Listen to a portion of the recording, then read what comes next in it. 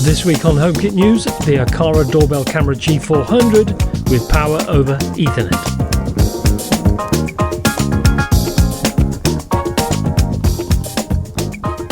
Welcome back everybody. Today we're looking at the highly anticipated Aqara Doorbell Camera G400, and in this case I have the select version which comes with 3 months of Aqara's Home Guardian plan for free. As with almost all Aqara products, the G400 is compatible with Apple Home, Samsung SmartThings, IFTTT, Amazon A and Google Home. Home Assistant isn't mentioned, but I imagine it is compatible. Let's have a quick look at some of the features now, of which there are at least 2 new ones. So the G400 offers 2K recording, but only if you solely use it in the Aqara ecosystem, and it uses a 3:4 aspect ratio, which is better for things like package detection. It offers a 165-degree field of view, and there's local motion detection, which includes a variety of detection types. The G400 also offers dual-band Wi-Fi connectivity and Wi-Fi 6 if your router supports it. It's IP65 rated for outdoor use, although living in an apartment like I do, I won't personally need that. A new feature that I've not seen before allows you to receive a call via the Aqara app when someone presses the doorbell. I'll show this in action later.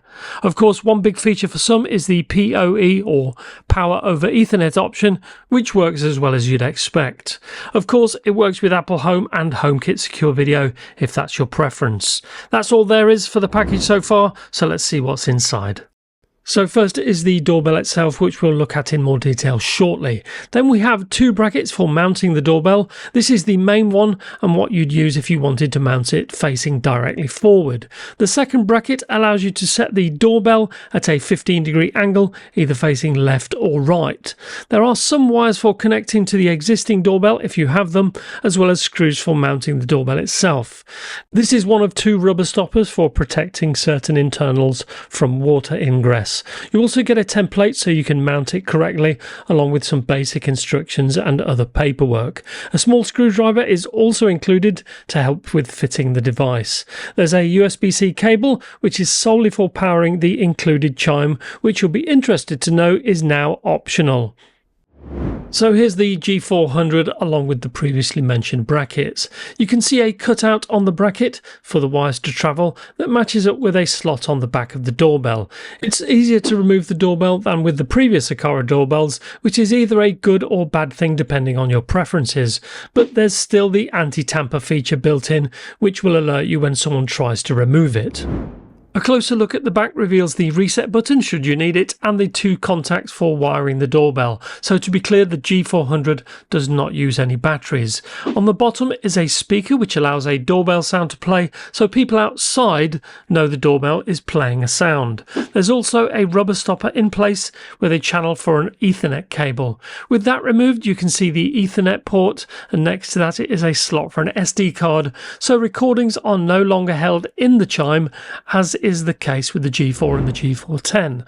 I won't be using the Ethernet port, so I can use the other stopper to keep things protected, although as I live in an apartment, it's actually not necessary. Onto installation in the Aqara app, and once powered up, the doorbell button should begin flashing in yellow. As I'm starting in Aqara, I'll scan the Aqara QR code first.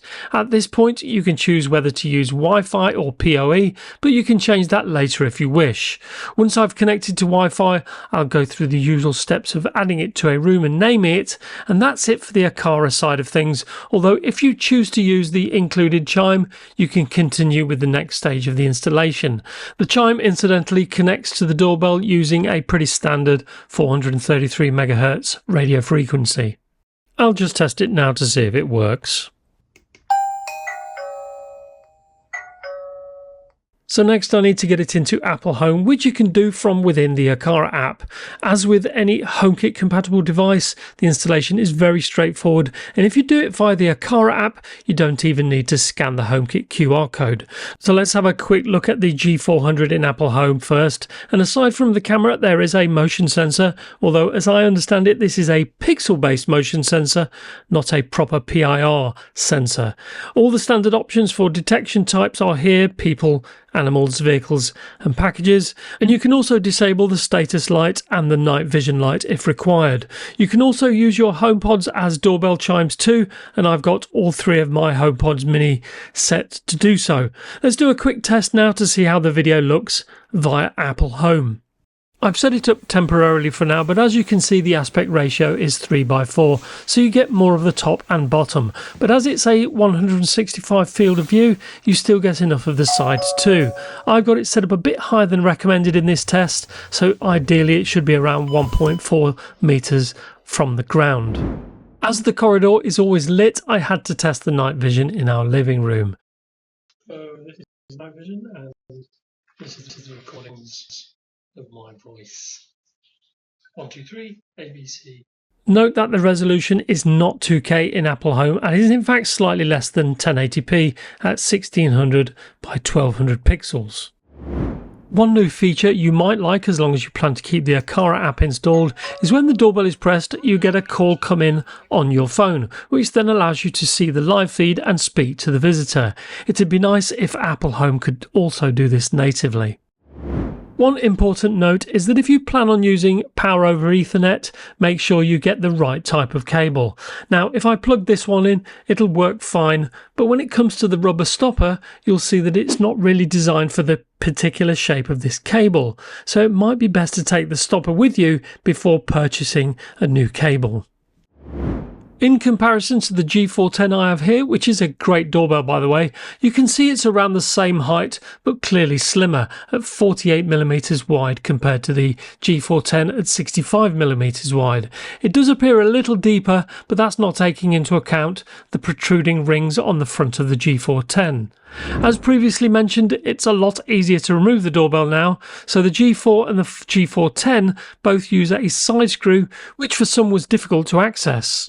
Now with this simple pinhole, it's very easy, maybe a little too easy, to remove. Onto the Aqara app now, and one update you may appreciate is that you can now set a volume level and sound for the doorbell itself to play a chime, where previously you had to create an automation to do so. You can also set the standard chime sounds to play only once, which played twice before and for some was annoying, so that's another good update. You can also add your own custom audio sounds for quick replies if you so wish. RTSP is once again supported, although you will need to install an SD card in order to use it. AI detection has a host of extra features, although to make use of many of them, you will need to use Aqara's Home Guardian feature. There are many more features I've not touched upon, but many of these will be familiar to most people with an Aqara camera. Onto the pros and cons now, starting with an improved aspect ratio, which now makes this more comparable to the likes of Ring, for example, and more useful for package detection. PoE connectivity isn't something many will be able to make use of, but it has been something Aqara users have requested again and again, so it's now here. The smaller footprint makes it look more like a doorbell and less like a giant Lego brick, so for many that's also a welcome change. Offering dual band Wi-Fi but also Wi-Fi 6 compatibility is also another plus, which should make the G400 more stable on your Wi-Fi network. Having the chime to be optional is another plus in my book, although as you now have to place the SD card inside the doorbell itself, your footage can be stolen along with the doorbell, so for some that's going to be a minus point. Finally, to the limitation we first saw in the G410, which is the 2K recording option goes down to slightly below 1080p if you install this in any additional platform. This also means that the Aqara app loses the ability to offer a 2K, so if you want full resolution, you can only install the G400 in the Aqara app.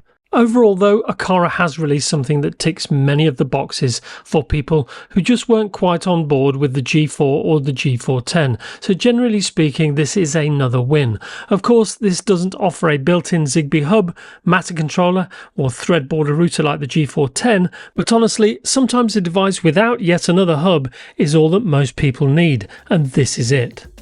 So that's our look at Aqara's latest video doorbell, the G400. Is this the device you've been waiting for, or does the G410 still float your boat? Let me know your experiences or thoughts in the comment section below, and remember, if you've got any questions on this or any of my other videos, ask away and I'll always reply. In the meantime, if you enjoyed this video, show some love by giving it a like, share if you can, and do subscribe if you haven't done so already. It just remains for me to leave you with a pertinent quote, this time from Albert Einstein.